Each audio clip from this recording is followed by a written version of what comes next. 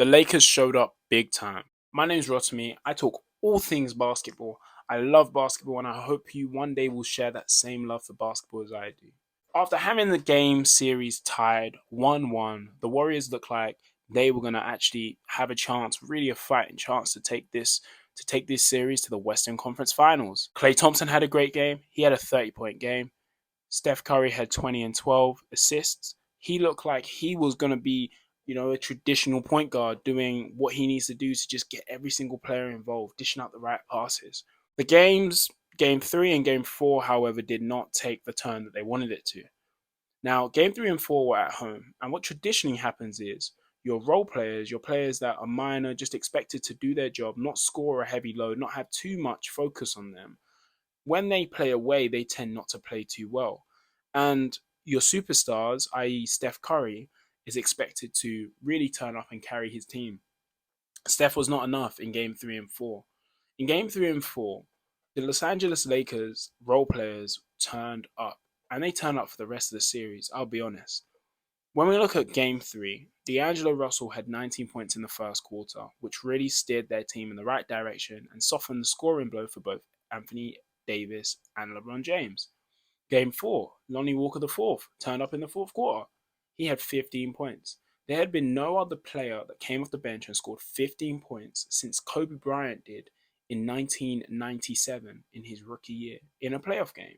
And that was evidence of a player really showing up in the fourth quarter to finish off and seal game 4 to give their team a 3-1 lead in the playoffs. When a team has a 3-1 lead in the playoffs, 95% of the time they win the rest of the series because all they need to do is win one more game, right?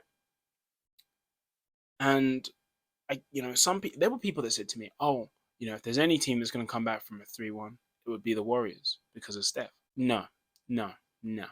We're talking about a Lakers team with Anthony Davis and LeBron James. Anthony Davis was playing like a defensive monster. He was averaging 2 blocks that game. He's averaging 2 blocks that series, sorry. LeBron James was playing a completely different role. However, when it came to the clutch moments, he had found his shot. He was finding a way to score the ball and to really like put the other team in the coffin. It didn't look like they were going to come back from a 3-1.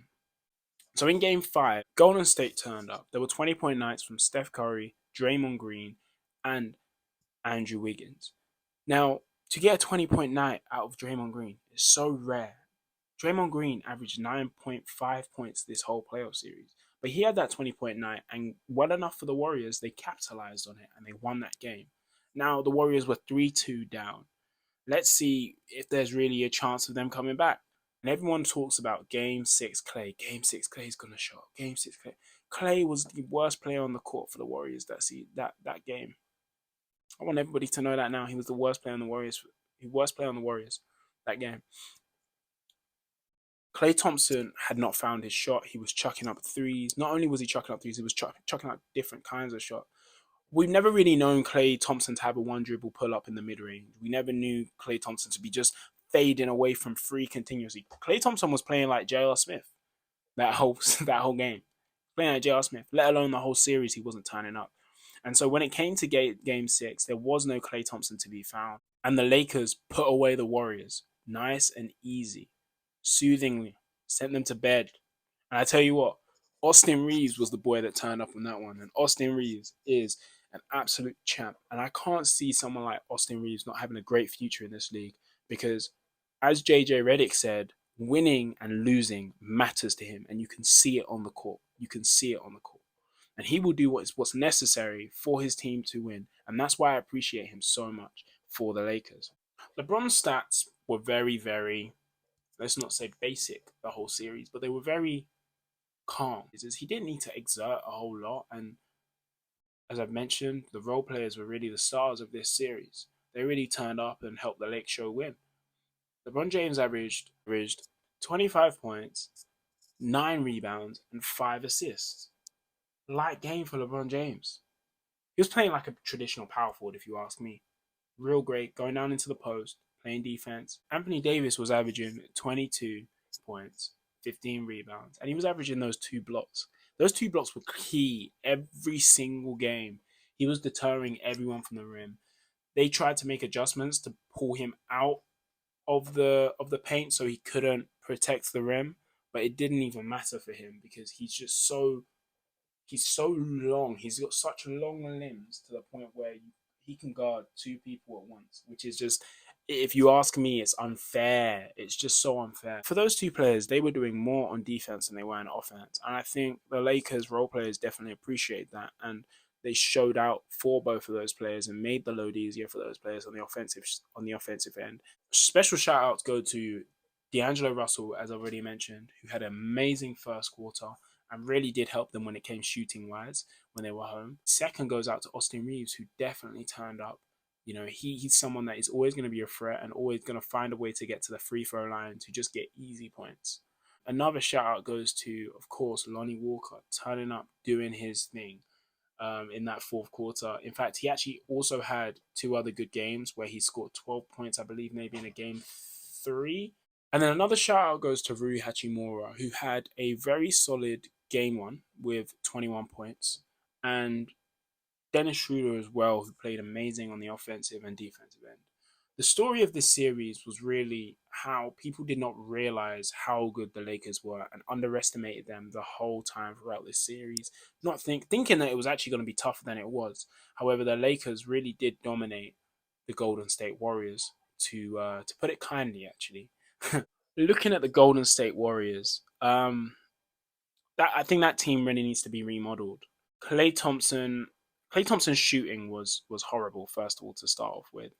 And I think that definitely led to the Warriors' demise. They relied so much on him. And the Clay Thompson that we're getting now is not the Clay Thompson before the injury. Clay Thompson we're getting now plays with a different style. And it's either we get used to this new style of Clay Thompson when it comes to offensive scoring, or we go back to the old Clay Thompson, who was just a sharp shooter from the 3 point line, right? Maybe he doesn't want to regress because that's not how you adapt to the changes in the NBA and your role in the NBA. Maybe Jordan Poole looked like he was playing dizzy out there. I think that's the best way to put it. I'm going to leave it like that. Steph Curry played amazing, on the other hand, and there's not much you can do. And if you expect Steph to score the whole night like that or for a whole series, the truth is the odds are not going to be in your favor. Draymond Green was probably the second best player on the Warriors after Steph Curry, and shortly behind him was Andrew Wiggins, who both of those guys, they did their job on defense and they did their jobs on offense. GP2, obviously, there's very little he can do. He could play the defense, but he's not really giving you much on offense, which limits your team. They're going to have to make adjustments in the offseason. They're going to have to make the right trades because at the end of the day, we know that the Warriors can be a championship team, but this team was not built for a championship. Draymond Green and Jordan Poole had issues in the preseason where Draymond Green punched Jordan Poole. So I don't know if that's also had an effect on the locker room. And I guess Steve Kerr's probably had to manage that. And Steve Kerr had to deal with the personnel he had around him. I think now Steve Kerr understands that just because you have Draymond, Clay, and Steph doesn't mean it's going to be an easy ride to the championship. They're really going to have to find a way to increase their size on the court because that's a huge reason why they lost. They didn't have a 7 footer. They didn't have a 6'10" plus guy. Kevin Looney did an amazing job, but yeah, he did a good job, but he's not 7 foot, unfortunately. And they're also gonna need to find another way to get Clay going because because teams will just run the same scheme against you when they want to win games, and unless you have a way to figure it out, you're gonna struggle. I think we could just be appreciative of the basketball we're witnessing again from LeBron James at the age of 38. Uh, LeBron James is now going to the Western Conference Finals against the Denver Nuggets, playing against Big Joker. Let's see who will win. Please make sure you like and subscribe. I'm quite interested to hear your thoughts, and I will speak next time.